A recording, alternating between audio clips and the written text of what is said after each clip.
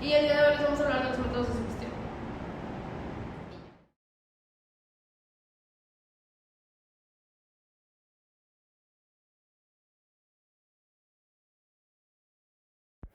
El origen de la sugestión es un problema complejo.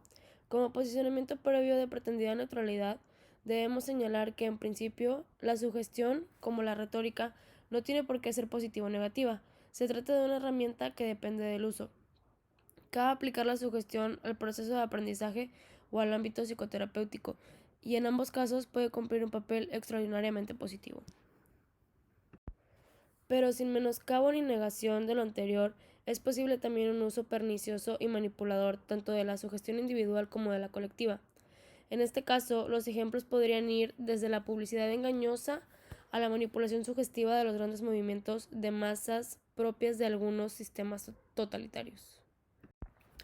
Poco a poco, a lo largo de la historia, el logos abrirá paso sobre lo mitológico e irá surgiendo el gran antídoto de la sugestión, la verificación y la razón crítica.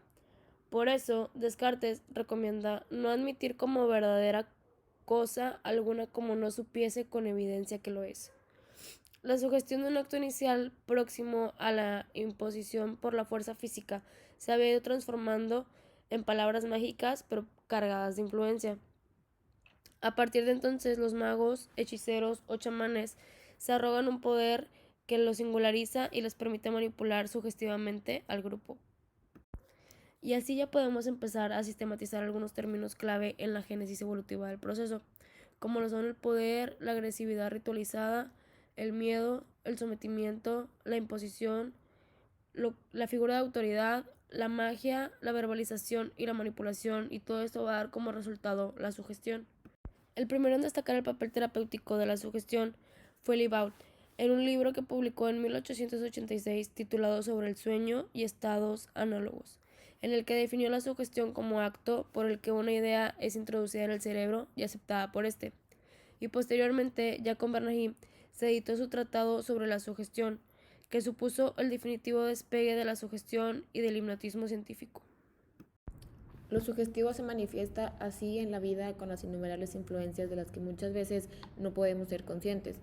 A diario nos llegan informaciones cuya veracidad no cabe contrastar o quien tiene marcado sesgo ideológico, tanto por los medios de comunicación en general como por la televisión en particular, pero también por la familia, los amigos o las instituciones de todo orden.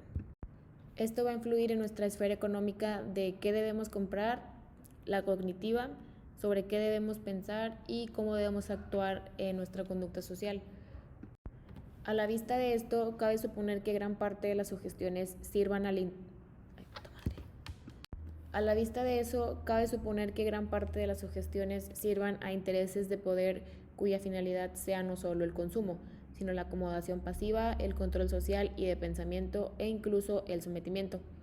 Es decir, pueden responder a lo que alguien ha denominado el interés normalizador de la clase dominante. Tras lo expuesto, podemos intentar una primera delimitación del concepto. La sugestión generalmente está relacionada con una creencia que llega a nosotros cuando los mecanismos de alerta racional se reducen. Entonces somos objeto de influencia por parte de los otros, de un grupo o de un medio. Insistimos en que para la existencia de la sugestión ha de atribuir el sugestionado a la fuente de sugestión un poder, una capacidad o un conocimiento que no es real. De lo contrario, no habría sugestión sino convencimiento, es decir, constatación verificativa de una realidad, pues creer es dar por cierto algo de lo que no se tienen pruebas reales y si se aportaran dejarían de ser creencias y pasarían a ser realidades probadas. La sugestión implica la reducción o anulación de la capacidad analítico-crítica, aceptando el sujeto una propuesta como si fuese cierta, sin realizar juicio previo. Muchas veces el proceso sugestivo se refuerza vinculándose a elementos afectivos, estéticos o libidinales. Cuando aparece asociada a factores emocionales manipulados por la propaganda de masa o el entusiasmo militante, puede conducir al fanatismo y o al belicismo. En resumen, podríamos proponer definir la sugestión como lo que se impone al psiquismo superando el pensamiento lógico. Esto implica la aceptación acrítica de modelos no cuestionados, tanto familiares, ideológicos, creenciales, políticos o morales. Por tanto, como hemos señalado, podría en algunos casos utilizarse también como instrumento para lograr el sometimiento de la persona.